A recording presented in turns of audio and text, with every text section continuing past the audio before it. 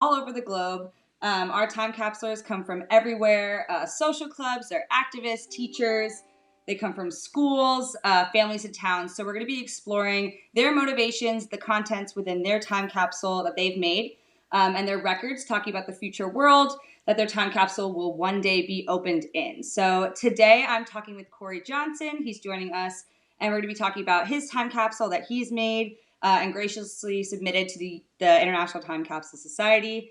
And again, this series is called The Hidden World of Time Capsules, and I'm super excited to get started. So as always, I'm just going to hop right in, but I'm going to bring Cory on to that second screen. So,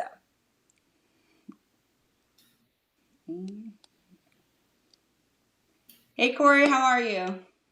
Hey, Elyse, thank you so much for having me on today to talk about time capsules with you. Yes, of course. I'm super excited. Of course, we just met, but also the audience is just meeting you. So I want to start off with you telling me a little bit about yourself and then obviously pivoting into your time capsule. Sure. My name is Cory Evan Johnson. I am 33 years old and I live in Birmingham, Alabama currently and work as a behavior analyst for children and adults with autism and related disorders. And I lived in New Orleans for several years before moving to Birmingham.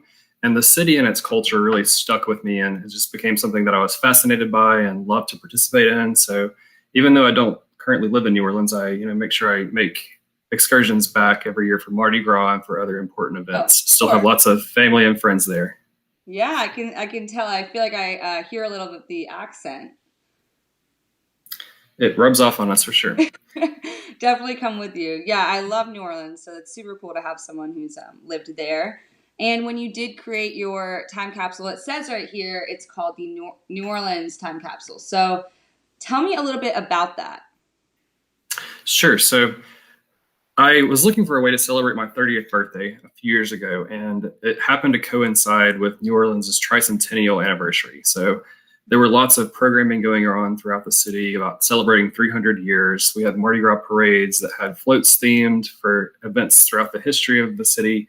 And it got me to thinking, what a wonderful way to celebrate both my birthday and the 300-year history of the city that I've been living in. So that's what sparked the interest for the New Orleans Tricentennial Time Capsule. And it just became a really fun, like, labor of love project that I just really, really enjoyed putting together. Okay, I love that. So would you say this time capsule is meaningful because has to do with your birthday as well? Is it personal to you? It I think there's always an element of bias in a time capsule, so I had to throw in some stuff about myself. But I think more importantly, the reason that this time capsule became so important to me is because after Hurricane Katrina, it really demonstrated the resilience of a city that was brought back from ruin. And I think that it really brought to my mind the importance of living with intent and taking an active role in cultural profusion and not assuming that it's someone else's responsibility to put forth the cultural practices that we have as a society to the next generation. I think that we should take that role on for ourselves. Yeah, absolutely. And of course, Katrina was pretty rough for the city of New Orleans. So I'm sure you included some history about that in your time capsule, right? Yeah, well, I think we'll get into a little more detail about the specific items included later, but two of my favorite things are they kind of bookend the 300-year history of the city dealing with flood issues and with natural disaster. Is an 1858 flood bond that was sold to fund the pumps and draining systems for the city in the 1800s, and then also a Newsweek magazine from Hurricane Katrina post-flood to show the history of these issues. Yeah, I love that. And yes, we will definitely be getting to that. I'm going to pull up your time capsule record shortly so we can look through the photos together. But obviously, we're here to talk about time capsules. They have long held fascination for people. So have you had any media interest, especially, including those articles and putting in context about the city of New Orleans? I have not reached out to any media outlets regarding coverage. I have advertised on social media and sort of polled my peers and friends to see if you were going to conduct a time capsule to send 300 years in the future, what sort of items would you want to include? Oh. And I got some great responses from that to sort of, for entertainment and information purposes, but I've also featured the time capsule on my website and my social media accounts as well. Okay, cool. So after the podcast, obviously, we will hook all of those up so people can check it out. But I'm interested to know, what were some of the funny responses? Everyone has such a different idea of what they put in time capsules. You'd be extremely surprised to hear that one of the biggest things that people put in their time capsules, especially the physical ones, are pieces of hair. So people get very personal with them, especially when they're family time capsules. So what were some of the responses, just out of curiosity? Yeah, I do live in the South. I live in Alabama currently. One of the responses was a cast iron skillet. I thought that was very interesting. Musical instruments, just iPhone and charger. So some practical stuff, but also some culturally relevant things as well. Of course, I love that. All right, so I'm going to be pulling up the time capsule library record because obviously you have registered it, and that's why we're able to talk today. So would love to kind of go through the photos, and you could talk about the contents of your time capsule. Absolutely. Cool. Here we go, guys, and I'm going to be here shortly until I put Cory full screen, but this is his time capsule. So when you go onto the WorldCat, that is the largest library database in the world. It has every library globally on this search. So you just search Cory Johnson, Not Forgotten, because as we were saying before, Cory has a popular name. So he is number 18, but you can click it right here and it brings him straight to the library record. And this is your library record. So I don't know if you've gone on this before. Have you been on this before? I've not. Okay, cool. So maybe I'll show you just a navigation to get to it. I think it's pretty straightforward. What do you think? Yeah, I think I can get there. Thank you. Okay, cool. So this is the time capsule page that you have. And then beneath this, you click View Online, and that will take you straight into your library record, which is the registration certificate. It tells you, of course, who did it, the date that you sealed it, as well as the opening date, and obviously the purpose of this time capsule. So I love you said everything that we talked about before, but it also gives you a little bit more information for the publisher. And then when you language, all of that context for anyone who has just stumbled upon it, who's not yourself, who needs some context. But the best part about it is when you full screen it, it's going to load, and it includes some of the photos that you obviously submitted to the International Time Capsule. So this page is already loaded over here, I think. Yes, so I wanted to talk about these photos with you and what you what they mean to you, and I'm gonna just put it like this. So give me a sec. But this is again your time capsule registration. So let's go forward. First, what is that photo? Talk me through it. I see a lot of New Orleans gear, so let me know what you think about all that. Sure, yeah. So this is a photograph that I took of the final time capsule contents in May of 2018, shortly before I sent them off to have them sealed and welded into the time capsule by a company out of Oregon called Highway Products. And so I went through several iterations of what should I include, what needs to be in this time capsule, what do people in the future care about, or what will they care about? Sure. And so these are the things I landed on. So obviously there's a Saints jersey there. New Orleanians love their football and their Saints. Some Mardi Gras throws are represented. So we have a crew of Zulu, which is a historically African-American crew, coconut that's hand decorated there. There's a crew of Muses, hand decorated stiletto high heel there. Some cookbooks. There's a 1910 Creole cookbook there, as well as the oldest restaurant in New Orleans, Antoine's. Their history and cookbook is there as well. So I think food culture is a huge part of what makes New Orleans so appealing to so many people. And we know that recipes are things that tend to get lost over time. And so I thought that they were important to hand down to the next generation, as well as some important Mardi Gras customs and trinkets as well. It's the history of Mardi Gras itself is fascinating, how it's changed over the past 200 years. So I thought people in 300 years would want to see how we celebrate the holiday today. Yeah, I love that. I especially love the recipe and the emphasis on food culture, because a lot of people, they like to do that even with their own like family time capsules. I think food plays a huge part in our lives. And I've been to New Orleans. It's very big there. So I love the idea of that. Do I see like a Holy Bible there too? Yeah, there is. And this Holy Bible actually is interesting because it's sort of a juxtaposition of the city of New Orleans' embrace of societal norms that are not typical, a more liberal society within the Deep South. Yeah. But also it is a Bob Harrington Bible. So he is a street evangelist who sort of in the 1970s would preach sin and on Bourbon Street, which is, highly considered one of the most sinful places in the country, perhaps by some. So Yeah. there's a juxtaposition on the Holy Bible there. I am Christian by denomination, but I thought that was an interesting context to put that item in. Yeah, no, I definitely love that. I know that they're very spiritual, I guess, in New Orleans, and also they have like the magic, the voodoo dolls, and all of that. So I thought that was interesting to include. And yeah, I liked that one. It's the next one that we have. Ooh. Yeah, so tell us, can you see this one still? Oh, cool. There it is. Yes, so this is the time capsule buried. Yeah. And where is it buried? So it is buried on my property in Mississippi and pretty near New Orleans. We know we can't dig 9-foot deep holes in New Orleans because it's underwater. So, but I researched lots of time capsule resources as I prepared to put this in place, and everything I read said, do not bury your time capsule. And I did it anyway. Because I was confident in the welding that Howie Products had done. And for a 300-year project, it's really hard to span that duration of time without someone intervening and opening it prematurely if it's hidden in plain sight or readily available in a library or somewhere else. So yeah, those ultimately led to my decisions to bury the time capsule. Yeah, that makes sense. And did you say welding? I wanted to get a better idea. So what exactly is this time capsule? Like that container I see there and then that green string. What is that? Sure.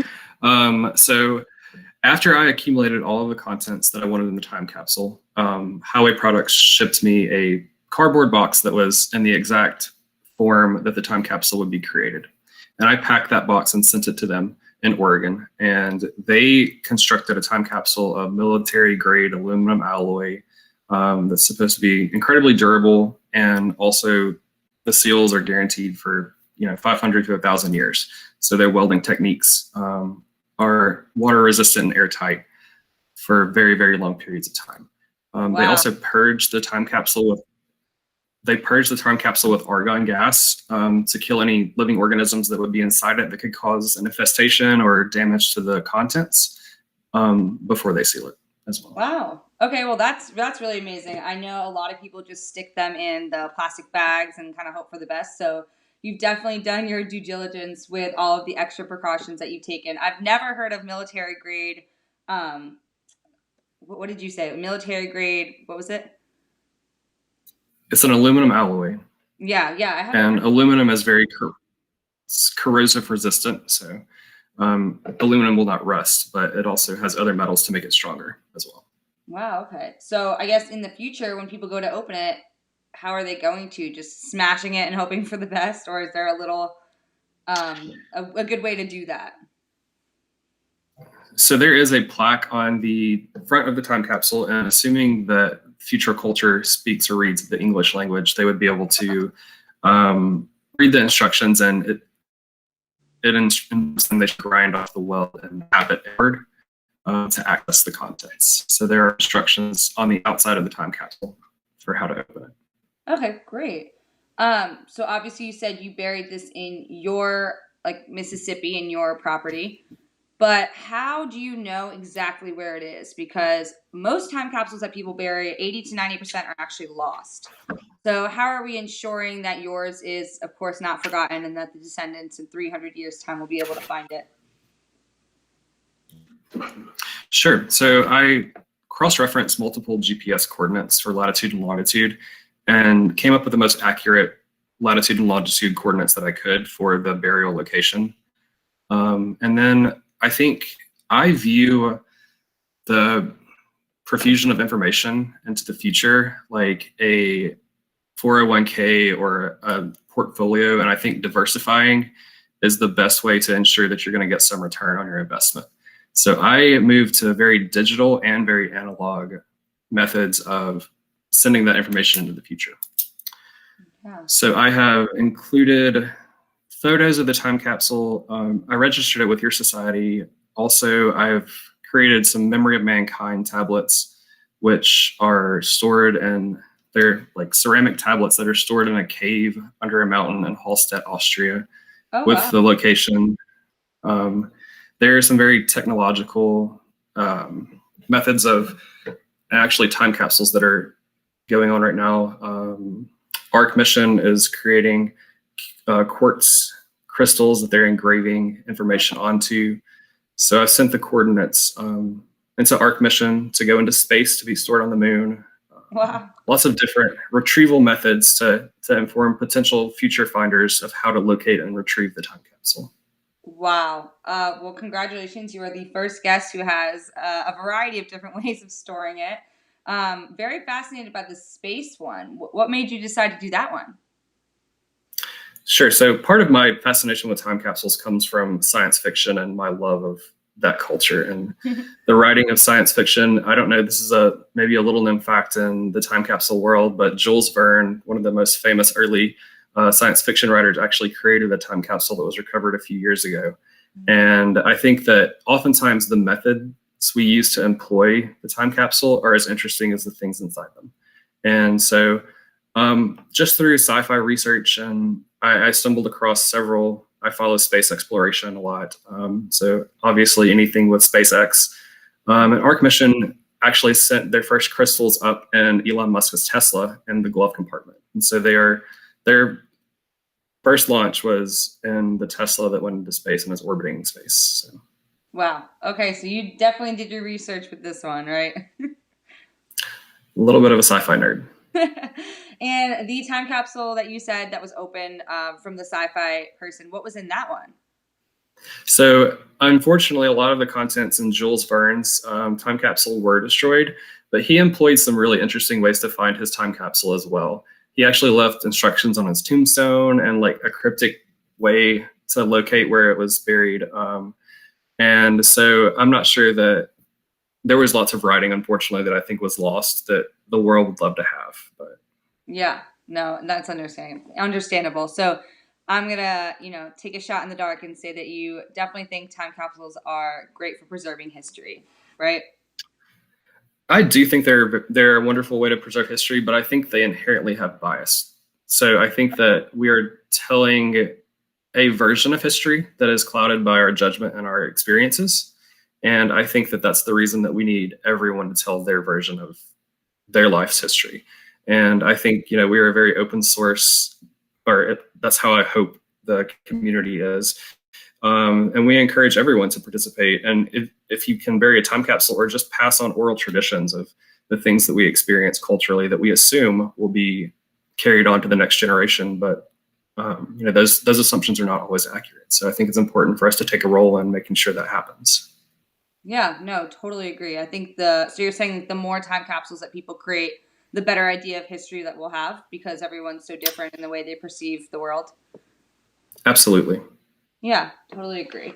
So obviously, you're very into the tech side of it, which I think is amazing. I don't meet very many people who know what's going on in the world of time capsules in that retrospect. So do you know anything about data rot? I know data rot and physical rot, they're, enemies of time capsules.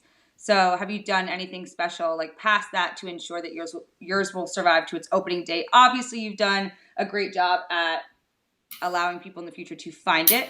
But again, just go over some of the ways because there's a lot of people who listen who want to make their own time capsules, but they are stuck on the basics of, making it maybe in a wooden box, hoping for the best and digging and seeing what happens. Sure. I think depending on the scope of your time capsule, some people make 20-year time capsules that are to be retrieved within their lifetime. And those would obviously require less advanced methods of preservation than a 300-year time capsule or even longer. But I think that certainly you want to take into consideration, are you going to bury the time capsule or store it above ground? And I think sometimes finding trusts or libraries that are willing to do the storage for you is a great way to ensure that your time capsule is not susceptible to data rot or to theft. Oh yeah, good point. I think that I actually included a note on the outside of my time capsule in the plaque that had the instructions for how to open it that said that it doesn't contain any valuables. It's meant for educational purposes only. So, do not open until the year 2318. And, good faith hope that if anyone does stumble across it, they will honor that request. Yeah. Well, let's hope for the best. I think people are good, so I like to put that out into the universe. But you said you agree? It's really funny. I was talking with my parents, when I was creating the time capsule about what the world was going to look like in 300 years, and they were quite pessimistic. They were like, they didn't believe people were still going to be around in 300 years to retrieve the time capsule. So I'm not that pessimistic. I do believe people are inherently good and that they will still be here in 300 years to retrieve my time capsule. No, I've heard that as well from other people. I think that they will be. And I know 300 years is a big number. It scares a lot of people, but that's only really 10 generations of your family. So when you break it that, it's really not that, it's not that crazy. And I do hope that people are able to open it. But when they do open it in 300 years from now, what do you think the world is going to be like? Your parents are dead, right? So what do you think? I think that our generation has an interesting way of looking at scopes of time. And I think there have been people who have looked at long periods of time and eons for a long time, but it's a small fraction of the population. So much of humanity is concerned with what's going to happen within our lifetime. Yeah. And I think that contributes to part of the problem with, ecological issues and sustainability of the earth. But I think the Long Now Foundation does a good job of really trying to enhance our scope and view of time. And so as we are in 2021 currently, and we're looking at everything going on in the world, I think the most optimistic parts of our society are the frontier, the final frontier, space exploration, private industry getting involved in the space race, back to the moon and to Mars to colonize other worlds. I think if we think about 300 years when the city of New Orleans was founded, that is not that far removed from the time that people were crossing the Atlantic Ocean on ships and discovering America for the first time. Yeah. And I think it's interesting to think about the frontier that we will explore 300 years from now. And I do believe that will be Mars, space, and there's going to be lots of challenges and tragedy getting there, I'm sure. But I think that ultimately, humans will likely become a spacefaring race. And I think that will mean lots of changes for the planet Earth in 300 years or longer. I actually included in the time capsule a manifest where I talked about the reasons and the motivations I had for creating it and what I thought the future would be like on the retrieval date and when it was to be opened. Specifically related to the city of New Orleans, I discussed its history of flooding and the potential that it could be the next Atlantis or a sunken city by the time this time capsule is meant to be recovered, if it's not for some substantial human engineering or some ecological considerations that are employed there.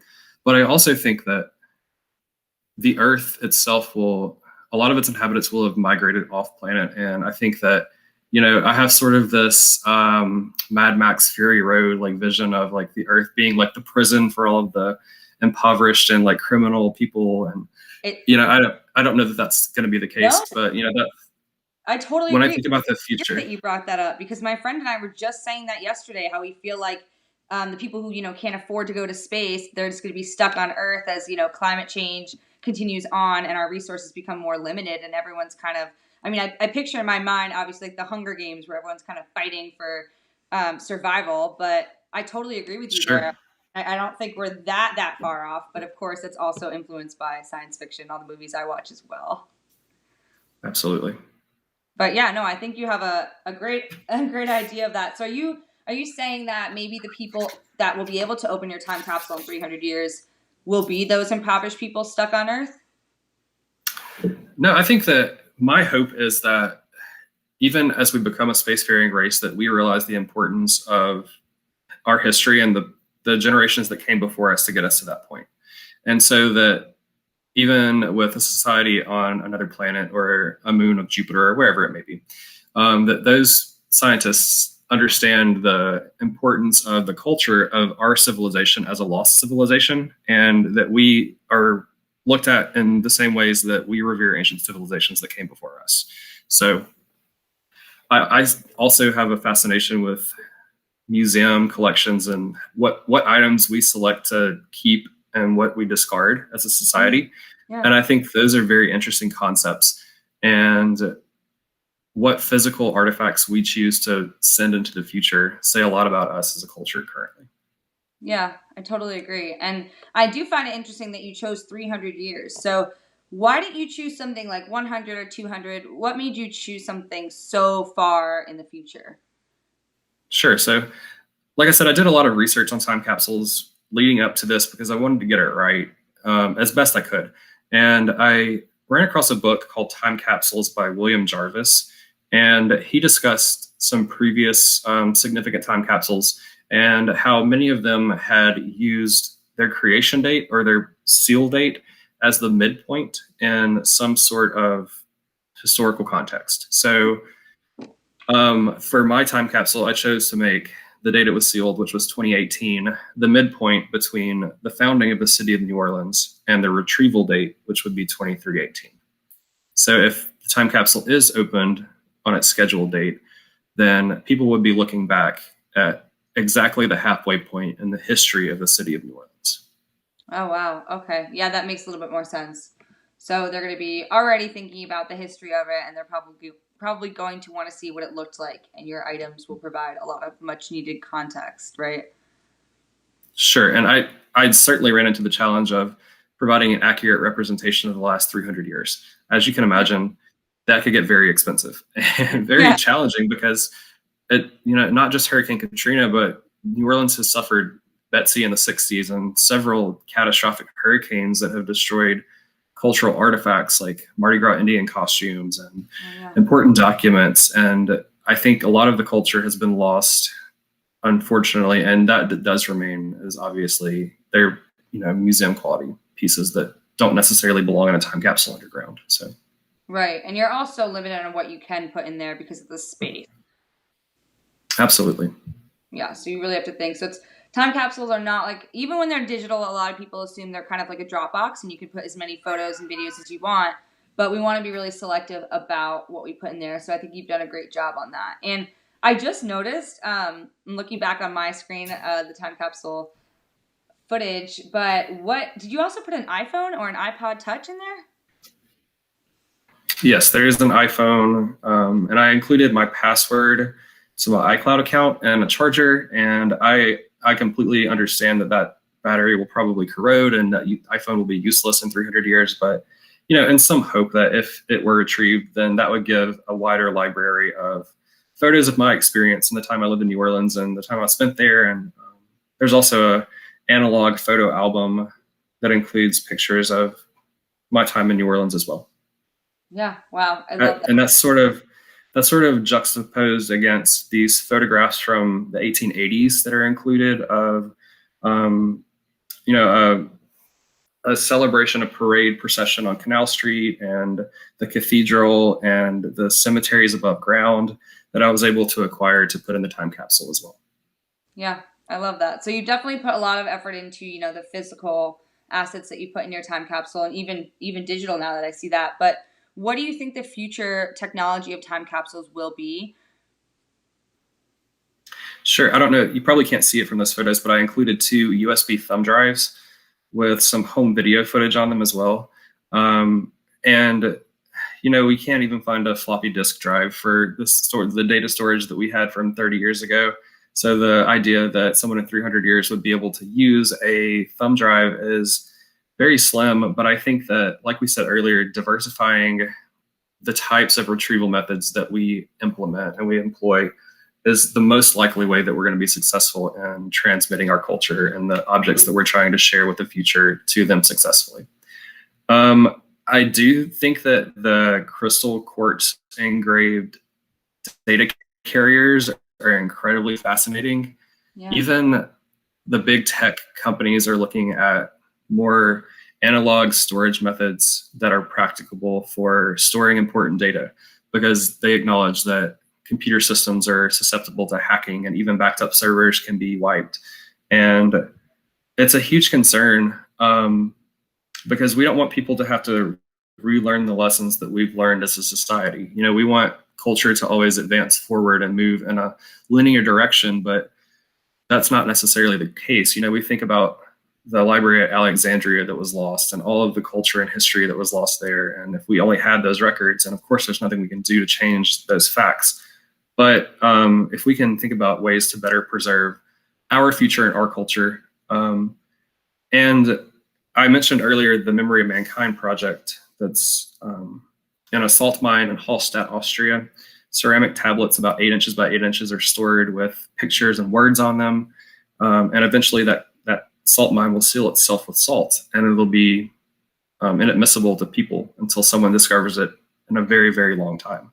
Wow. And in that time capsule project, they're actually employing some nuclear waste repository information to inform people of the future what areas they should avoid or what methods they should use to sort of mitigate the nuclear waste problem that we've created as a society.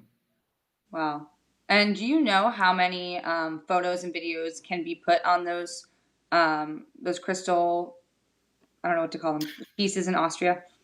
Sure, they're able to micro engrave like 14 like 400-page books onto like a single tablet, and they can be retrieved with just a simple magnifying glass. So you can engrave incredible amounts of data onto very, very small, either ceramic tablets or crystals in the case of Arc Mission, and submit that. Another interesting time capsule project that I've recently become aware of is called DHL, like the shipping company, Moonbox. And they're actually allowing people to purchase small boxes to send to the moon, to store on the moon until a future civilization retrieves them. And micro SD cards is an image they have on their website, I think because the space that you can purchase is very limited due to the cost of rocket fuel, obviously. Yeah. But you could store a substantial amount of information on a micro SD card and send that to the moon to be stored indefinitely. And then you just have to hope for the best and hope that it makes it there. Yeah, absolutely. Well, I mean, they will send. I'm sorry. I'm sorry, I didn't mean to cut you off. How much money would that be? So they range between about $400 and $800 for like the size of a micro SD card. Wow. Wow. Yeah. And they do guarantee that they will send you a photograph of it deposited on the moon. So then like what happens from there is sort of up to humanity. Wow. So the technology of time capsules is, I think, quickly evolving, and we're only taking steps to it. But I still love the traditional, physical burying the time capsule. I think it's a great way to do it, especially when you're doing it with other people. This seems like a solo project, though. Did you have anyone involved? I know you did your poll and asked people what they thought, but did you have anyone helping you through all these various steps that you took before burial? No, it was primarily a solo project, other than, pulling friends to see what they would include. Yeah. And what did your friends suggest that you put in that you just did not entertain, did not put it in? I mean, definitely the dulcimer did not make it into the time capsule. The cast iron skillet did not make it in. I did include the iPhone and the charging cable for it. So that one did make it in. Yeah. So I think by the time they get it, it's going to be technology obsolescent. But yeah. But either way, it's going to be interesting to open. And I know a lot of people, do it in different ways. So for those listening who want to create their own time capsules, would you give any advice for beginners? Yeah, I would say have fun with it. This is a project that's meant to improve, your quality of life and to make you feel good about yourself and your community. And so really linking it to something that's important to you. And then not taking it too seriously. Enjoy what you're doing. One of the problems that I ran into is sort of keeping myself on a deadline and a schedule. And, looking back at the images of things that I included, there's always going to be something that I wish I'd put in there that I couldn't have or I didn't. The Princess and the Frog Disney movie is a very New Orleans relevant thing that in hindsight, I'm kicking myself for not including in this time capsule, but it's always going to be something, and just move forward and keep going and set those deadlines and stick to them. And it's better to put out a product than to continually think and think and think and never get anything done. So I think you have to have a good balance between intent and action. Yeah, absolutely. And did you map it out? Because you said deadline. Did you have those various checkpoints because you were doing it, bearing it at a specific date that you wanted a lot of, historical significance? You wanted to capture it at that time. Sure. So I coordinated with Highway Products in Oregon and sort of talked about their timeline and how long it took to create and fabricate and ship everything. And my goal was to get it all completed in the year 2018. And I was able to stick with that deadline and get everything worked out. So. Oh yeah. So when did you actually start putting it together? I started in 2017 and started collecting items for it. Okay, so and put those to the side and kept adding to them. That's right. Yep. So I had the box, like I knew the size the time capsule was going to be, and I would just try to calculate what can I fit in here, how am I going to store it. And I started building the collection about a year and a half before I sealed the time capsule. Wow. Yeah, no, I absolutely love that one. Have you ever thought doing a time capsule that maybe you would be alive to actually open? I know a lot of people have been doing 50-year time capsules, even 10-year, that they do with their friends and family, and they open them together. Have you thought about doing anything like that? I have. I also write a lot and I journal. So I think those are sort of my forms of time capsules for myself. Like I go back and read my thoughts from years previous, but I think it would definitely be fun to have a time capsule you would open within your life, just to be reminded an older age of the joys of your youth and the things that were important to you then. We change so much as a person, in our lifespan. I think it's important for us to reflect on who we were and what was important to us previously. Yeah, I love that. And a lot of people, they find great comfort in journaling, but also, just as you said, they look back on it and see how much they've grown and what they've learned and how they want to continue to move forward. So how would you feel with a digital time capsule if you were able to open a video of yourself right now, this age, talking to, the future you? What would you... how would that feel for you, opening that video and seeing yourself? I don't know how comfortable you are in front of a camera as you are, writing in a notebook, but do you think that would bring you a sense of joy, some value? Talk me through what you feel that would do for you. Yeah, I think that would be incredibly meaningful and moving. The fact that you've persisted and continued and, any adversity that you may have experienced in the next 30, 60 years, that you've come through that to see that video. I hope that I would tell myself to never get too high or too low, no matter how good or bad things are, just to sort of stay the course and continue. And the fact that you've survived to see it, means that you've had a great accomplishment. So. Yeah, I totally agree. And I think it's such a great way to learn more about yourself. I hope that the people who open up this time capsule learn more about the city of New Orleans and also you, since you put in a lot of personal things in there. You said with your iPhone, that you had a lot of photos and videos. So is it home, like family footage, old videos, that sort of thing? Or is it more you at this age? So the iPhone contains photos from 2015, 2016 of time I spent in New Orleans. So with my life there. The USB drive, thumb drives, include old video footage of home videos from me and my family as a child. Oh, wow. Okay. So they're going to have some really old videos to open up. Yes. That's exciting. Okay. Wow. Is there anything else you want to tell anyone listening in the audience about your time capsule experience? I know, You did it very professionally, I have to say. I'm really impressed. So anything Thank else you. you wanna lead off on? A lot of people, again, like I said, they do it the old-fashioned way. They don't think about this. And I'm gonna be looking up later on, actually, once we get off this, highway products, because you were the first person who's told me all about them, and it sounds really interesting. The welding.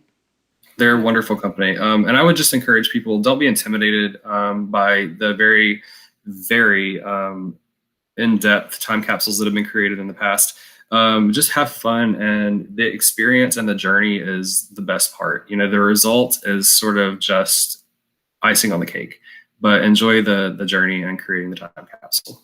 Yeah, I love that. And one more thing, because I don't think I mentioned it to you, but you are really a part of history since you have submitted your time capsule into the International Time Capsule Society. We also have George Washington's time capsule. So we have a lot of different historical figures, which I can send you some more information on after. But you are amongst them, which I think is really incredible. And then there's also an interactive map on our website where you can see every single time capsule that we've cataloged, from Detroit to Barcelona. And over COVID, because we are the technology behind the International Time Capsule Society, we have been digitizing tens of thousands of time capsules. So you are one of only a few, I think, in New Orleans. So it's really cool that you're able to be a part of history. Well, I appreciate your work so much, Elyse. Thank you guys for what you're doing. Yeah, of course. Thank you so much, Cory. We'll be talking very soon. I will send you all these links. And again, really incredible job. I'm very excited to see what happens, and I hope that people keep up with it through your library record. Thank you so much. It's great to talk with you today. You too. Bye. Bye. Okay, guys, so that was Cory. Really exciting. He did so many things that a lot of our previous guests didn't bring up. I've never heard of military grade aluminum metal boxes utilized for time capsules. So very creative guy, super exciting. And you could obviously tell that he put a lot of care and effort into creating this time capsule. So amazing job with his. And as you guys know, you can always find every single time capsule on the WorldCat. So our next guest next week will be talking more about their experience with the time capsule. It might be a little bit different than Cory's, but his name is Michael Adkins. So stay tuned, guys. We will be on to our very next episode.